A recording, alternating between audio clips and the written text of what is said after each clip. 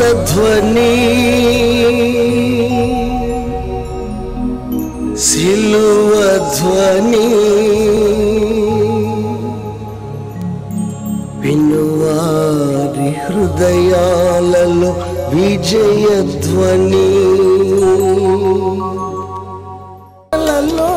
విలువను ఎరిగినచో యేసుని మాటలలో విలువను ఎరిగినచో నీ బ్రతుకంతా మేలే మేలుగా, నీ బ్రతుకంతా మేలే మేలుగా. ఇక తర్వాత రెండో పాయింట్కి వస్తా. ఎప్పుడు చెబుతున్నాడు ఆయన అంటున్నాడు చూడండి, అక్కడ ఏమంటున్నాడు? దేవతల ఎదుట నిన్ను కీర్తిస్తా. దేవతల ఎదుట. దేవతలు అంటే ఎవరు? దేవతలు ఎలా వచ్చారు? ఏంటి వారు ఉనికి ఏంటి? క్లుప్తంగా మీరు గమనించండి. ఈ లోకములో దేవుడు ఉన్నాడు, రెండవది దేవతలు ఉన్నారు, దేవదూతలు ఉన్నారు, మనుషులు కూడా ఉన్నారు. అంతవరకు చాలు. దేవుడు అన్నామనుకోండి, దేవుడా దేవుళ్ళ, ఇది క్లారిఫై చేసుకున్నాం. దేవుడా దేవుళ్ళ. దేవుడు బైబిల్లో ఉంది స్పష్టంగా, దేవుడు ఒక్కడే, మధ్యవర్తి ఒక్కడే, క్రీస్తు యేసు అను నరుడు.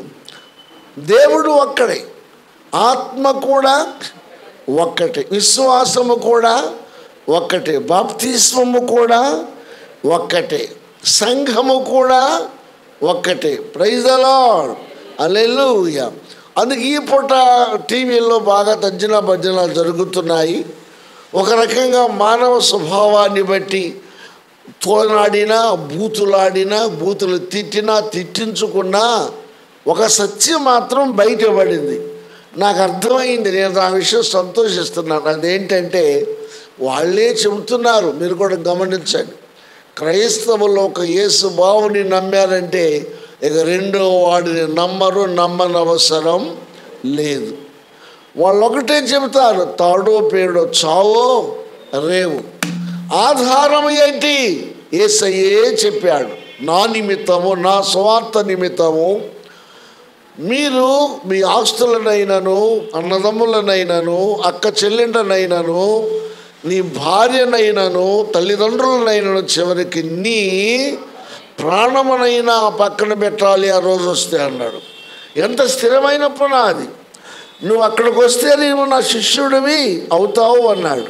అలాగూ కాకపోతే ఇక సహమత మేనత్త కింద ఉండిపోద్ది. అది కుదరదు అన్నాడు యేసయ్య. ఒక ఇంట్లో వాడు యేసయ్య వాక్యం చెబుతుంటే మరియమ్మ గారు వాళ్ళందరూ కలిసి ఆ జనం ఖాళీ లేక బయటకు వచ్చి నిలబడ్డారు. ఇప్పుడు అందరూ నిలబడ్డారు అనుకుందాం. ఒక మనిషిని పిలిచి కబురు చేశారు. పురుషుల మనసులో పడాలి, కబురు చేశారు. యేసయ్య బిజీగా ఉన్నట్టున్నాడు, మేము వచ్చామని చెప్పు, బయట ఉన్నామని చెప్పు. మరి మేము రావడానికి జనం కిక్కిరిసిపోయారు, చెప్పవయ్యా అంటే ఈ వ్యక్తి వెళ్ళి చెప్పాడు, యేసయ్య అమ్మగారు వచ్చారు, బయట ఉన్నారు. చెప్పగానే యేసయ్య అన్నాడు, ఎవరు నా తల్లి, ఎవరు నా అన్నలు, ఎవరు నా తమ్ముళ్ళు? ఇంతమంది నా మాటలు వినడానికి వచ్చి వీళ్ళందరూ కూర్చుంటే అమ్మేదో రమ్మందని గబుక్కును పరిగెత్తుకొచ్చేయారు. వీళ్ళందరూ ఏమనుకుంటారు? కాబట్టి నువ్వు వెళ్ళి చెప్పు, ఈ నా మాటలు విని ఈ వాక్య ప్రకారంగా ఎవరు జీవిస్తారు వారే నా తమ్ముళ్ళు, వారే నా చెల్లెళ్ళు, వారే నాకు కావలసిన వారు. వారి ద్వారా నేను సంతోషిస్తున్నాను, వారి ద్వారా ప్రపంచాన్ని ఉర్రూతలు ఊగించబోతున్నాను అన్నాడు యేసయ్య. ఇవన్నీ పట్టుకోవాలి. మనం ఆ మహానుభావుడిలో లోటు లేదు. వక్రీకరిస్తున్నారు కానీ శిలువ దగ్గరికి వెళ్ళిన తర్వాత యోహాను బంధువు యేసయ్య ఇద్దరు అన్నదమ్ములే అవుతారు. యోనా గోత్రం. యోహానా, నేను వెళ్ళిపోవలసి వచ్చింది, వెళ్ళిపోతున్నాను. నా తల్లి నీకు అప్పగిస్తున్నాను.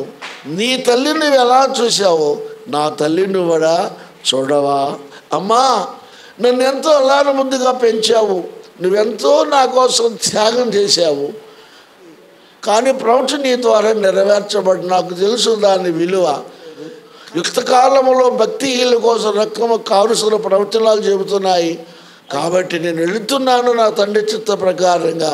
నువ్వు ఆ యోహాను దగ్గర ఉండు తల్లి. దేవునికి స్తోత్రం. బైబిల్లో ఈ మాటలు విని యోహాను వెంటనే ఆమెను తన ఇంట చేర్చుకొనెను. దేవునికి స్తోత్రం. హల్లెలూయా. అందుచేత మీరు ఒక్కసారి ఆలోచించండి ప్రియులారా. ఈ భక్తుడు అంటున్నాడు, దేవతలు ఎదుట నిన్ను స్తుతిస్తాం. దేవుడు ఒక్కడే. ముస్లింలు అంటున్నారు దేవుడు ఒక్కడే. అల్లాహు అంతే, అల్లా అంతే. తర్వాత క్రైస్తవులు అంటున్నారు దేవుడు ఒక్కడే, ఆయన ప్రభు అయిన యేసు. అదృశ్యగా యెహోవా, దృశ్యములో రక్తము కార్చటానికి శరీరము ధరించిన ప్రభు అయిన యేసు. వీళ్ళు అది కలుపుతారు, ఇది కలుపుతారు. మరి యూదులను అడగండి. ఇప్పుడు 1,000,000 మంది యూదులు శత్రువులతో పోరాడుతున్నారు. వారు యేసుబాబు నమ్మలేదండి.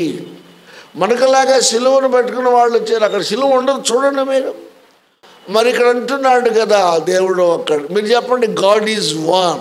పురుషులు చెప్పండి, బిగ్గరగా చెప్పండి, గాడ్ ఈజ్ వన్. ముస్లింలకైనా గాడ్ ఈజ్ వన్, క్రైస్తవులకైనా గాడ్ ఈజ్ వన్, అలాగే మన హిందువులకైనా God is one. God is one. దేవుడు ఒక్కడే. Praise the Lord. ఇది అయితే ఇక్కడ ఏం జరుగుతుంది? ఇక్కడ దేవుని తర్వాత సెకండ్ స్టేజీ దేవదూతలకి ఇద్దాం. ఇందాక దేవతలు అన్న పక్కన దేవదూతలకి ఇద్దాం.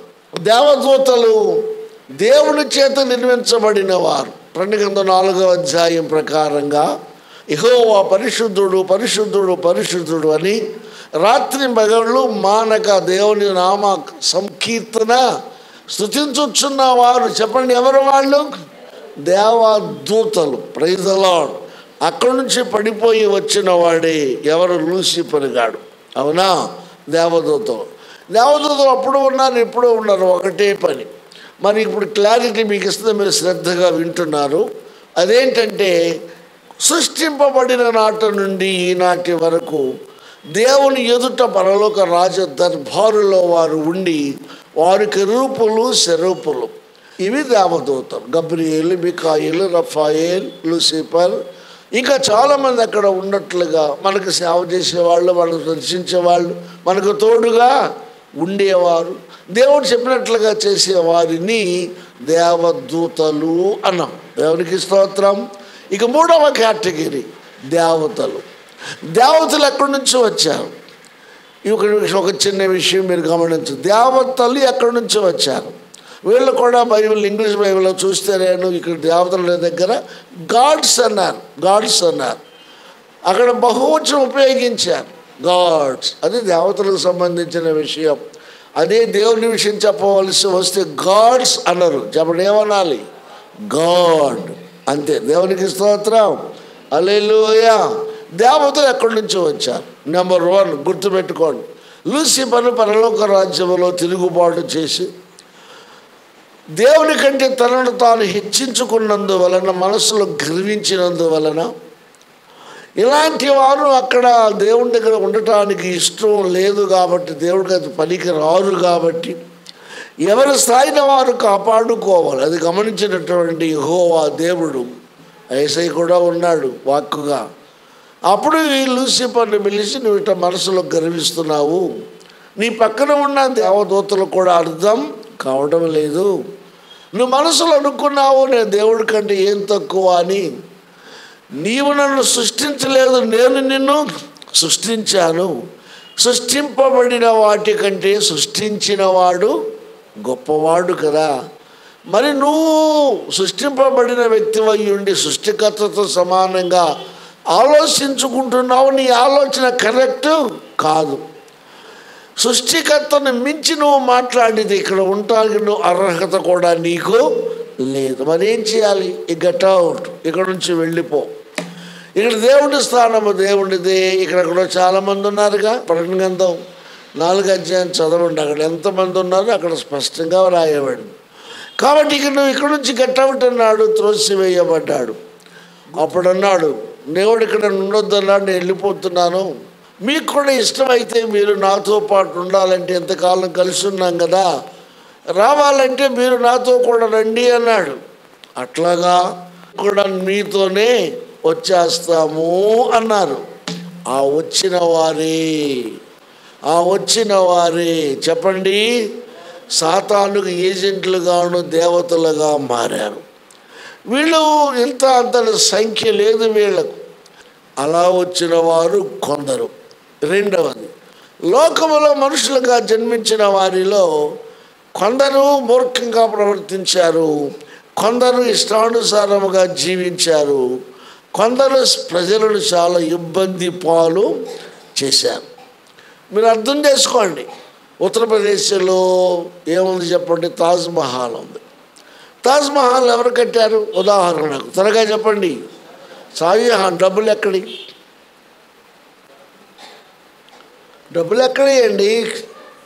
ప్రజల డబ్బులు. ప్రజలకు ఉద్యోగాలు ఉన్నాయా? ఇండస్ట్రీస్ ఉన్నాయా? కంపెనీలు ఉన్నాయా? వ్యవసాయమే ఆధారం అండి. నాకు తెలిసినాక కూడా భారతదేశంలో 180% వ్యవసాయమేనండి. వ్యవసాయం మనకు ఎన్నెముక లాంటిది అన్నారు మన పెద్దలు. అంత విశాలమైన భూభాగం, మనకు కొంత నీటి వనరులు కూడా ఉన్నాయి. ప్రజలు అల్లాడిపోయారు. బలవంతపు వసూళ్ళు చేసి వేద కట్టాడు. మీకు తెలుసా కట్టడం? పని ఎంత కనిపిస్తుందో లోపల అంత ఉందంట. పని ఎంత కనిపిస్తుందో లోపల అంత ఉందంట. ఎంత డబ్బు ఖర్చు పెట్టాడు? ఎందుకు కట్టాడండి? ఇంత కష్టపెట్టనేలా? వాడి సరదా కోసం. వాడు ప్రేమించిన ప్రేమించిన అమ్మాయి చనిపోతే ప్రేమికురాలి కోసం ప్రజలను ఇబ్బంది పెట్టి డబ్బు వసూలు చేసి నిర్మించిన నిర్మాణమే తాజ్మహల్. కట్టడాల లెక్కకు వస్తే అది గొప్ప కట్టడమే, మన పరువు నిలబెట్టింది. కానీ ఆనాడు చేసిన పని ఏంటండి? ఆయన కొడుకు వచ్చి గమనించాడు, డాడీ నువ్వు తప్పు చేస్తున్నావు, డూయింగ్ రాంగ్, ఇది తప్పు నానా, ప్రజాక్షేమాన్ని చూడాలి కదా, ఎందుకంటే నేను అనుకున్నా చేస్తున్నాను, నువ్వెవడవరా అన్నాడు. అందుకు కొడుకే ఆయన జైల్లో పెట్టాడు. జైల్లో పెడితే ఏడ్చాడు, కుమారా నీకు న్యాయమా ఇది? నేనేదో ఆయన మీద ప్రేమ చేత కట్టించుకుంటే నన్ను తీసుకెళ్ళి జైల్లో పెడితే మరి ఎట్లాగా అన్నాడు. ఓహో అలాగా డాడీ, నీ కోరిక తీర్చలే అని ఆయన ఏ గదిలో అయితే పెట్టాడో ఆ గదికి తలుపులు తీసి, ఈ తలుపుల కింద రోజు చూసుకో, ఈ కిటికీ తలుపులు తీసి రోజు చూసుకో, నువ్వు ఇక్కడ రావాల్సిందే అన్నాడు. ఇక ఆ తలుపులు తీసి రోజు చూసుకోండి ఏడవ. దగ్గరికి వెళ్ళి సొమరు తీసి ఏదో చేయటానికి కూడా వీల్లేదు. అయిపోయింది. ఇక గట్టలాగా చచ్చిపోయాడు. కొడుకే తల్లిని జైల్లో పెట్టాడు, సచ్చేదాకా విడిచి పెట్టలేం. సరే అయిపోయింది. ఇట్లా కాకుండా కొంతమంది ఉన్నారు, వాళ్ళు ఏం చేశారంటే రాజులు ఇదే కాబట్టి సమస్త ప్రజలకు సేవ చేసిన వాళ్ళు కూడా ఉన్నారు. ప్రజలకు సేవ చేసిన వాళ్ళు ఉన్నారండి. ప్రజల అవసరాలు పట్టించుకున్న వారు ఉన్నారు. ప్రజల మేలు కోరిన వారు ఉన్నారు. వాళ్ళలో మనకు తెలిసినంతలో బైబిల్లో కొందరు ఉన్నారు. దావీదు మహారాజు అన్నాడు, అంతరించిపోయిన సౌలు కుటుంబంలో, రాజ కుటుంబంలో ఎవడన్నా ఇబ్బంది పడేవాడు నా దగ్గరికి తీసుకురాబట్టి మెఫీబోషెతు తీసుకొచ్చారు, కుంటివాడిని తీసుకువస్తే దావీదు అన్నాడు, నీ తండ్రి నా స్నేహితుడయ్యా, నీ తాత నా మావయ్యా, నీ మేనత్త నా భార్య అయ్యా, ఇప్పుడు నేను రాజునయ్యాను, నువ్వు ఇలా ఉంటూ మంచిది కాదు, రాజు కుటుంబంలో అంశతూలికి తలపబడి నువ్వు దిల్లుచూ ఉండాలి, ఏదో చేయాలి. అన్నం లేక బాధపడుతున్న భటుల్ని పిలుస్తున్నాడు. ఈ కుంటివాడు రాజుగారి ఇంటి నుంచి వచ్చాడు కాబట్టి తాను జీవించి ఉన్నంత వరకు రాజులు కూర్చుండి భుజించే భోజనపు బల్ల మీద ఈ వ్యక్తికి రోజు రాజులు భుజించే భోజనము పెట్టండి. దావీదు జీవితంలో ఇదొక చాలా గొప్ప మంచి హృదయం. వాడు ఎంత సంతోషించుంటాడు.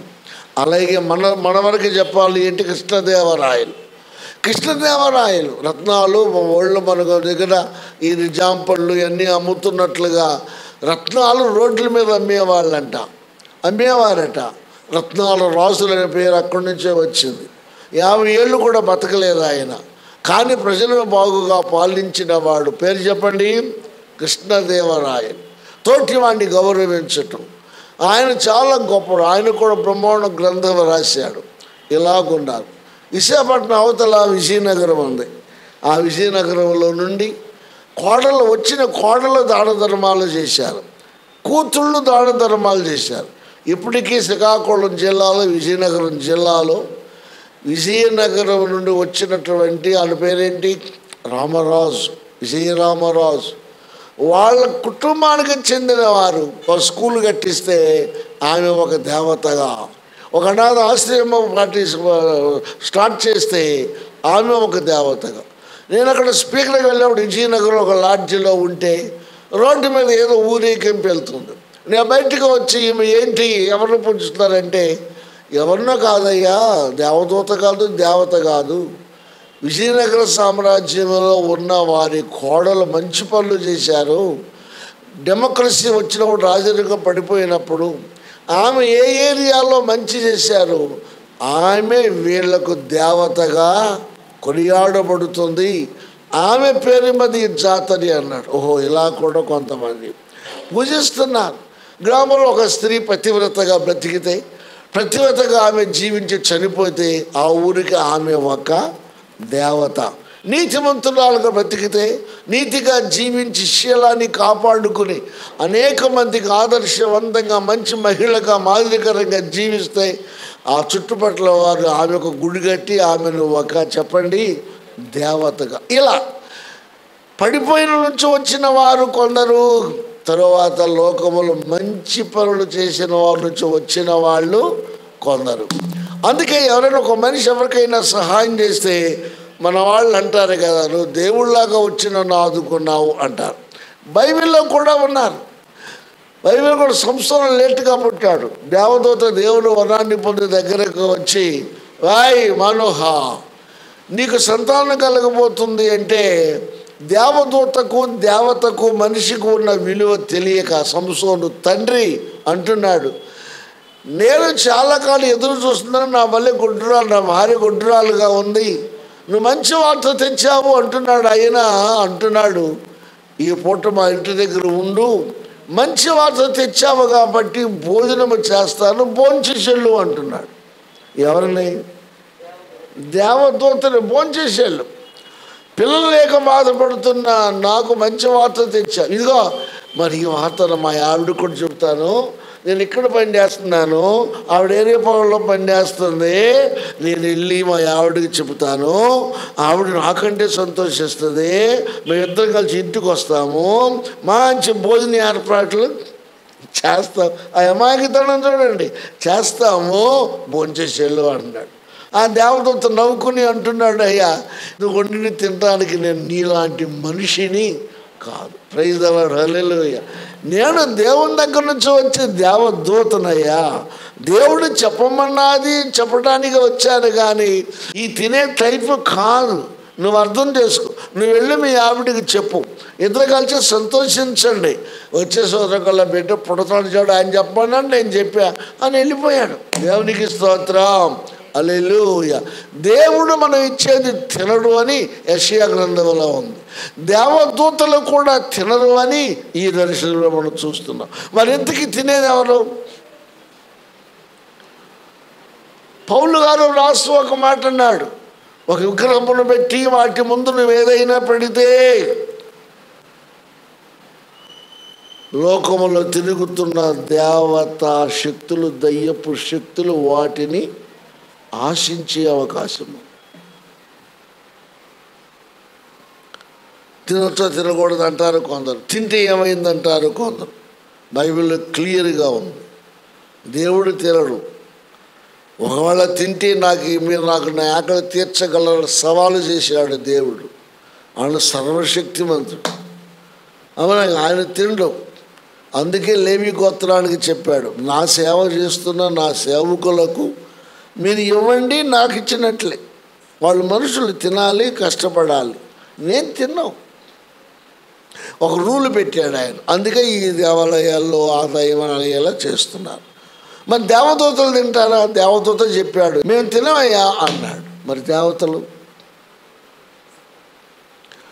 ఒక బొమ్మ పెట్టి అక్కడ ఏదన్నా పెడితే చెప్పండి, మనకు కనపడకుండా వారు ఎవరు కొలుస్తున్నారు, ఎవరికి ప్రాధాన్యత ఇస్తున్నారో అవి వచ్చి వాటిని ఏం చేస్తాయంట, ఆక్రమిస్తాయి, ఎంగిలి చేస్తాయి. అందుకని యూదులు వాటిని తినరు, క్రైస్తవులు కూడా వాటిని తినరు. అసలు ఎంగిలి మీద కంటేనే చాలామందికి రోతం. చాలామంది ప్లేటుల్లో కుటుంబంలో ఈయనకి నలిపి పిసికి తిన్నది వాళ్ళు తింటారు, వాళ్ళు తిన్నది వీళ్ళు తింటారు, వీళ్ళు తిన్నది వాళ్ళు తింటారు. అది కరెక్ట్ కాదు. నీ చేతుల్లో ఊరిని ఊట లేక చెమట ఒకేలాగా ఉండదు. ఎవరిలో ఏముందో మనం చెప్పలేం. కాబట్టి ఎవరి అన్నం వాళ్ళే తినాలి. అందుకే పౌలు గారు చెప్పాడు, నీకు దమ్ముంటే ప్రార్థన చేసి తినే. ప్రార్థనే గొప్పది. నీకు మనస్సాక్షి ఒప్పకపోతే తినటం మానే, తినొద్దు. Do not touch it, do not eat it, do not eat it as a believer. అందుకే క్రైస్తవులు తినరు. ఈ మధ్యలో ఒక ఆయన ఇతరుడు వాదం చేశాడు, మీరు ఏది పెట్టినా తింటాం, మరి మేము పెట్టిన తినరు ఏంటంటే ఆయనకు చక్కగా చెప్పాడు, అయ్యా 40 రోజులు మన వాళ్ళు ఏదో భక్తి చేస్తారు. ఎవరికి 40 రోజులు అంటే అయ్యప్ప స్వామికి. ఆ 40 రోజులు వాళ్ళు ఇతరది ఏమి తినరంట. మరి మమ్మల్ని ఎందుకు తినమంటున్నారు మీరు? Praise the lord. అయితే మీరు 40 రోజులే మానేస్తారు, క్రైస్తవుడు జీవితాంతం మానేస్తాడు. అప్పుడు ఆ పెద్ద ఆయన అన్నాడు, అందుక అర్థం కాక మేమేదో అనుకుంటున్నాం. అయితే మీరు తినొద్దు. క్రైస్తవుడికి ఎంత పట్టు. Praise the lord. ఒకసారి సలపల్లి రోడ్లో ఒక భక్తుడిని ఎక్కించుకొచ్చారు, సాయిబాబా భక్తుడు. నాకు ఆశ్చర్యంగా ఉంది అన్నాడు. బీదవాడైనా, కట్టికి బీదవాడైనా అక్కడికి వెళ్ళేసరికి నేను తినను అంటాడు. చిన్నపిల్లవాడకు చేయి చాపి పెట్టంగానే తినాలి. ఏం పెడతారా అని ఎదురు చూడాలి. కానీ తినరు. కొంతమంది పురుషులు చర్చికి రాకపోయినా వాళ్ళ ఆవిడ తిందాం, మేము తినవండి అంటాడు. అరే మీ ఆవిడ తిందయ్యా, నువ్వేంటి అంటే మా ఆవిడ తింది కాబట్టి నేను తిను. మా పిల్లలు కూడా తినరు. మా ఇంట్లో మా అమ్మమ్మ పంది మాంసం ముందు మానేసింది, అందరూ మానేసి ఈ గుడ్డు మాంసం పెద్ద అలవాటు ఏమీ లేదు, నాకు తెలిసి నేను తినలా. ఏమండి, మనకు మన ఇష్టాన్ని బట్టి ఉంటుంది. అందుచేత నాకు ధైర్యం వచ్చింది ఏంటంటే బొమ్మలో ముందు పెట్టిన దానిని చెప్పాలి త్వరగా, తిననవసరం లేదు. ఎందుకని? ఏమి ఆవరించాయి ముందు?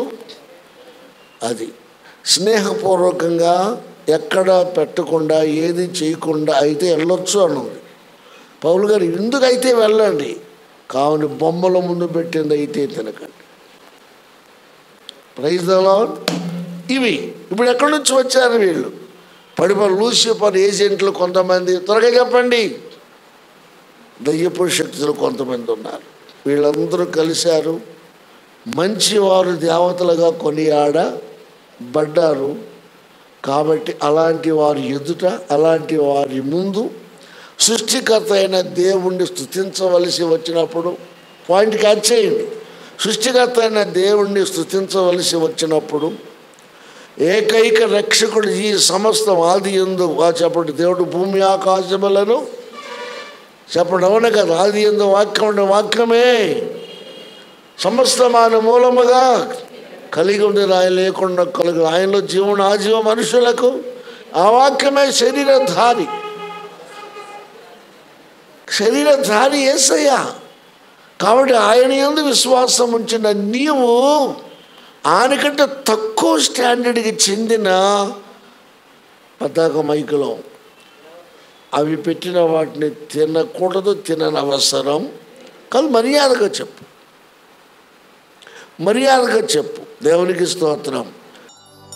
సువార్త ధ్వని, సిలువ ధ్వని,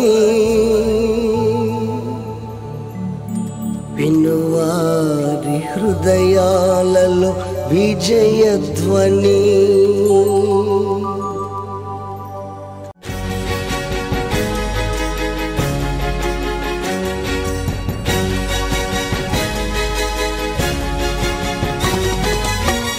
యేసుని మాటలు వినగా వినగా మనసుకు శాంతి, ఆత్మకు రక్షణ.